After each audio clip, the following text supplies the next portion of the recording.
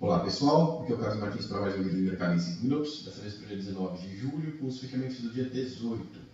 O Bovespa subindo de novo 1,6% hoje, e sendo uma segunda-feira. Eu botei aqui o gráfico semanal para a gente ver que o Bovespa está se aproximando da linha de tendência que vem desde o topo histórico lá de 2010, 72 mil e poucos pontos. Tá? Tem uma linha de tendência que passa por 3 topos. Então, uma linha de tendência forte, tá? Ela foi testada aqui 3 vezes, e ela está agora na faixa dos 57.500 pontos. Mas como ela é uma linha descendente, cada semana que passa ela vai caindo. Mas essa semana estamos na segunda-feira ainda, 57.500 pontos a semana toda aqui para essa linha, tá? Ou seja, 1.000 pontos acima da onde o Bovespa está agora. Então, se o Bovespa der uma subidinha para tocar nessa linha e voltar a cair, vai fazer um quarto ponto na linha. Tá? Se ele romper essa linha para o outro lado, a gente pode ter em muitos anos uma tendência aí de alta, rompendo a linha de tendência de baixa, então pode começar com uma tendência de alta de novo aí no Ibovespa à vista. Tá? Mas precisa romper a linha aqui que ainda não rompeu.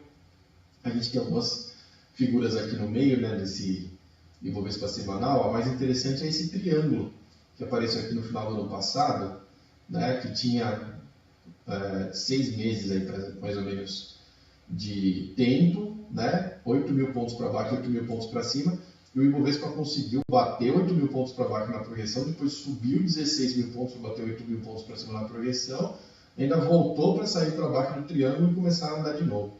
Então a gente vê como o Ibovespa está volátil desde o final do ano passado. Vou falar agora do Ibovespa Futuro, que rompeu também aí a sua resistência dos 56.800 pontos.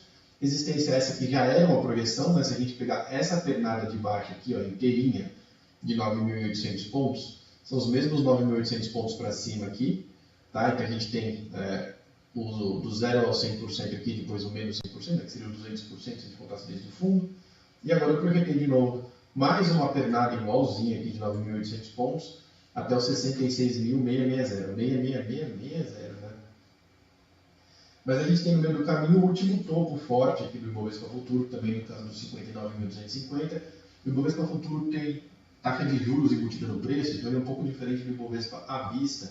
Para fazer linhas de tendência de longo prazo inclinadas, realmente é um pouco mais fraco. Como a gente tem uma vista para olhar, a gente prefere olhar pelo à vista. Tá? No dólar a gente olha muito pelo futuro, porque a gente vê muito patamar horizontal de preço que é mais forte, são os números fechados, 3,20 hoje era 3,20 um ano atrás, embora tenha taxa de juros e tudo mais, o dólar ele tem só um mês de taxa de juros, então fica mais próximo do real. Tá? Então aqui o Ibovespa Futuro passou acima dos 56.800, apontado para os 59.200, que é o topo anterior. Então a gente tem esse espacinho aqui, a gente tem um pouco mais de 1.000 pontos no futuro, mas a gente também tem a taxa de juros que eu acabei de falar, e tem 1.000 pontos lá no Ibovespa à vista entre o preço atual e a resistência mais forte. Vamos agora no dólar que criou um pequeno triângulo aqui, pequeno em vista do que aconteceu nos últimos 12 meses, porque na verdade ele está colocando 50 centavos entre uma projeção e outra. Eu falei agora há pouco do triângulo do Ibovespa para a gente ver como esses triângulos que na verdade aparecem em momentos de indefinição, como que eles podem, em momentos de muita volatilidade, marcar duas projeções válidas, bater numa e depois bater na outra. A gente viu isso acontecer no Ibovespa, que parece improvável, pela dificuldade que é do Ibovespa andar 8.000 pontos para baixo e depois subir 16.000 pontos em pouco menos de 6 meses. E aqui no dólar a gente está vendo algo muito semelhante, um triângulo que ainda não foi rompido, então ele ainda está antes da projeção, ele não tem lado ainda escolhido, tá? E ele está apontando aqui para baixo, no 3,3, 3,03, uma projeção de baixa, Isso porque a gente tem a projeção de 3,16 ainda em aberto pelo Fibonacci, tá? Ela continua válida, e se ela for atingida, obviamente o triângulo vai ter que ser rompido para baixo e vai haver a projeção para o 3,03. Então o dólar está se engatilhando aqui em várias projeções para chegar naquela possibilidade que a gente já vem falando há muito tempo do dólar voltar para casa dos R$2. E para cima, caso ele volte, ele tem uma barriga e ele volte a apostar para o lado de lá, para cima a gente tem a projeção apontando para os 3,50.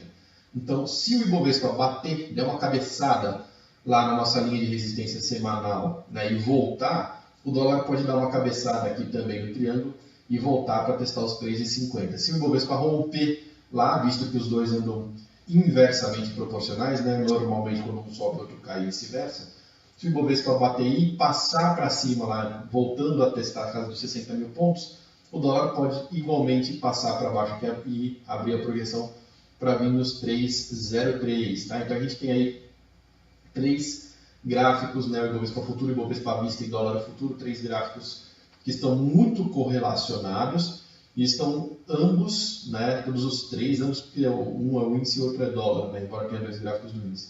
Eles estão ambos apontados para um momento de definição parecido.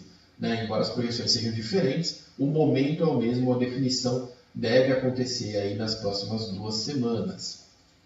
Olhando agora nos papéis, Petrobras rompeu o 61,8% do Fibonacci, que é o 11,21, né? Foi para o 11,62, e corroborou a projeção que a gente estava falando de bater nos 12,50, tem uma projeção final para ela até mais alta, aqui perto dos 12,90. É o movimento que a Petrobras está em aberto aí para fazer, está andando dentro dele. Aqui a Vale 5, que segue meio parada, né, nessa região aqui de 13,68 e 14,21. A gente ia dar um sinal falso aqui, voltou a dar um outro sinal aqui, não conseguiu perder, né, o suporte, o 13,68 foi bastante forte, tá? Agora tem aberto aqui para baixo dele hoje, voltou a subir forte para fechar para cima, mas a projeção é muito pequena, né? 14,54, a gente está falando de uma projeção agora de 3%, realmente está bem ainda indefinida. A Vale 5 não tem nada muito de longo prazo para ela não. E o Banco do Brasil, que na semana passada tinha rompido já a linha de tendência aqui de baixa no Fibonacci, e estava apontado para o 20,05, né, R$20,05, praticamente chegou lá hoje, 19,98, quer dizer que ela deve dar uma máxima ainda nessa terça-feira para tocar nessa resistência, que também tem uma linha de resistência aqui de Fibonacci inclinada logo acima, né? Tem bastante resistência aqui nessa faixa de preço para o Banco do Brasil.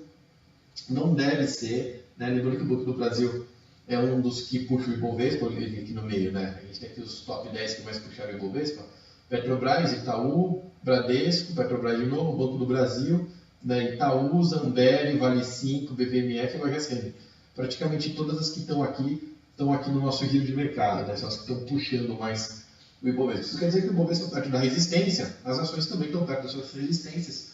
Tudo vai ser bastante difícil aqui para frente. Se passar, né? A gente sempre fala isso, se passar forte por essa região difícil, a gente pega um sinal, uma projeção de compra que provavelmente vai muito mais para cima. A gente precisa esperar para ver se ele vai conseguir fazer esse rompimento aí. Mas se a gente passar forte para cima dessa região aqui, a gente deve abrir projeções de alta não só em um, mas em vários blue chips ao mesmo tempo, e o Ibovespa também com projeção de alta aí bem firme depois desse movimento, tá? Mas vou repetir, né, o movimento não aconteceu ainda, e se ele não acontecer, a resistência que tem logo acima aí é bastante forte para dar uma porrada para baixo dos preços, não custa muito, né? Então a gente fala da possibilidade do rompimento, mas na verdade, ainda mais com 3 pontos lá sustentando o Ibovespa, existe uma forte possibilidade também dessa resistência não ser rompida e o Ibovespa voltar a cair, e todo mundo que chegou aqui nos limites também voltar a cair, tá? É justamente esse momento de definição que a gente espera para ver o rompimento para depois operar. Aqui o Itaú, que não passou ainda da última máxima dele de topo, 34,33, que bateu 34,19, né? A linhazinha da máxima está até aqui. É outra que é Blue Chip, né? Foi a segunda que mais puxou o índice hoje, chegou perto aqui da resistência, mas como chegar uma coisa, passar é outra, né? Vamos seguir o mesmo discurso que eu acabei de falar aí para as outras Blue Chips e para o Ibovespa, esperando o Itaú também. E aqui para encerrar, a Ambev é a única que não está diferente, né, do que aconteceu nas últimas semanas, nos últimos meses, né? A Ambev aqui desde praticamente de fevereiro, março, que ela está na mesma região de preço, de 9,57 até 18 e pouco, e aí ela não teve nada diferente aqui no dia de hoje, né? Está no meio do caminho. Assim que ela passar por alguma das resistências ou suportes, a gente pode ter uma projeção, por enquanto ela segue indefinida. Agradeço pela presença de todos, até o próximo vídeo de mercado em 5 minutos.